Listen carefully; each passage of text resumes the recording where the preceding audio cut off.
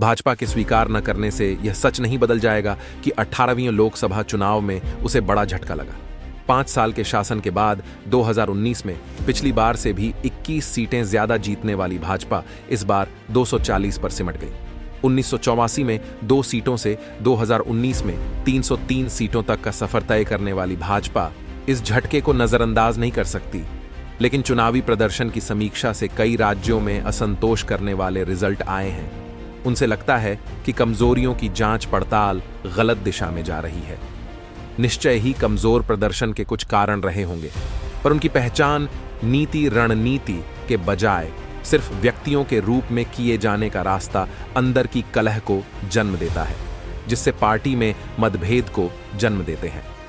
1984 के लोकसभा चुनाव में कांग्रेस को 400 से भी ज्यादा सीटें तत्कालीन प्रधानमंत्री इंदिरा गांधी की हत्या से उपजी सहानुभूति से मिली थी। लेकिन वही कांग्रेस 2014 में 44 और 2019 में 52 सीटों पर सिमट गई, तो उसके लिए उसका पार्टी के अंदर की कलह भी जिम्मेदार रहा। 18वीं लोकसभा चुनाव में भाजपा ने अपने लिए 370 और अपने भाजपा गठबंधन के लिए 400 सीटों का नारा दिया था, लेकिन परिणाम किए हुए दावों से भी बहुत कम आए।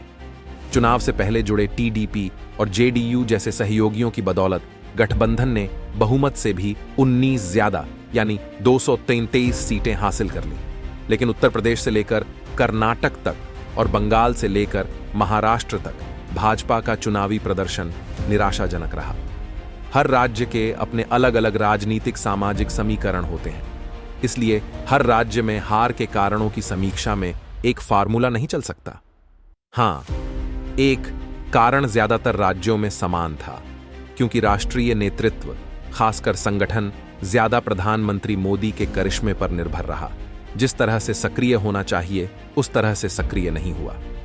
जब बड़े नेता दावा कर रहे थे कि देश ने इस बार 400 पार का मन बना लिया है, तो शायद कार्यकर्ताओं को पिछले 2 चुनावों की तरह मेरा बूथ सबसे मजबूत जैसे जुनून के साथ काम करने की जरूरत ही महसूस नहीं हुई, और यही सोच भाजपा के लिए बहुत महंगा साबित हुआ।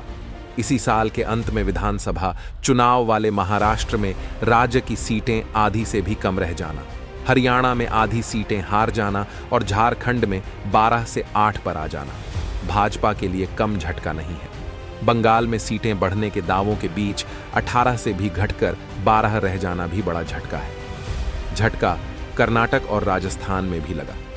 हाल में जिन 7 राज्यों में 13 विधानसभा सीटों के लिए उपचुनाव हुए, उनमें भी मध्य प्रदेश के अलावा भाजपा का प्रदर्शन निराशाजनक रहा। ऐसे में कमतर प्रदर्शन के कारणों की समीक्षा और भी जरूरी है, लेकिन यह सुनिश्चित करना आलाकमान की जिम्मेदारी है कि इसकी आड़ में महत्वाकांक्षी नेता अंतर्कलह को हवा न दे पाएं। पार्टी में ही अपने विरोधियों पर निशाना साधने की कोशिश अन्य राज्यों में भी है, लेकिन उत्तर प्रदेश में तो यह कवायद पूरी तरह अंतर्कलह में तब्दील नजर आती है।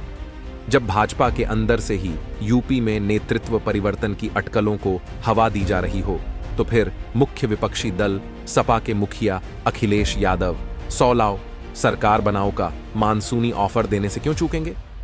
सच है कि भाजपा आलाकमान ने मुख्यमंत्री योगी आदित्यनाथ को बदलने का संकेत नहीं दिया, लेकिन यह भी तो सच है कि लोकसभा चुनाव बाद और जोर पकड़ गईं, ऐसी अटकलों का खंडन भी नहीं किया। 2014 के लोकसभा चुनाव में जब भाजपा ने उत्तर प्रदेश की 80 में 31 या खरिंग सीटें जीतने का करिश्माई प्रदर्शन किया था, तब योगी सिर्फ एक सांसद थे। उस समय केशव प्रसाद मौर्य प्रदेश अध्यक्ष और अमित शाह मुख्य चुनावी रणनीतिकार थे। लेकिन 2017 के विधानसभा चुनाव में प्रचंड बहुमत मिलने पर मुख्यमंत्री बनाए जाने के बाद योगी राष्ट्रीय स्तर पर भी पार्टी के स्टार प्रचारक के रूप में उभरे। आज प्रधानमंत्री मोदी और गृह मंत्री शाह के साथ वही भाजपा का तीसरा बड़ा चेहरा है। बुलडोजर न्याय की चौतरफा आलोचना के बावजूद राज्य की शासकीय व्यवस्था में सुधार से इनकार नहीं किया जा सकता। निसंदेह 2019 के लोकसभा चुनाव में भी उत्तर प्रदेश में भाजपा की सीटें घटकर 62 रह गई थीं और 2022 के विधानसभा चुनाव में भी सीटें घटीं। लेकिन क्या उसके लिए अकेले योगी को जिम्मेदार ठहराना तर्क संगत है? केशव प्रसाद मौर्य तो अपनी विधानसभा सीट हारने के बाद भी उप मुख्यमंत्री बनाए गए। क्या 2019 के लोकसभा चुनाव में सपा बसपा गठबंधन बड़ा कारक नहीं रहा? क्या दिल्ली की सीमाओं पर साल भर चला किसान आंदोलन 2022 के विधानसभा चुनाव में प्रमुख कारक नहीं था?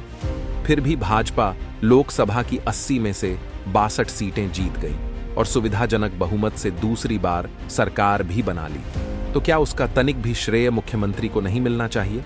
इस पर आपका क्या सुझाव है? हमें कमेंट बॉक्स में जरूर बताएं।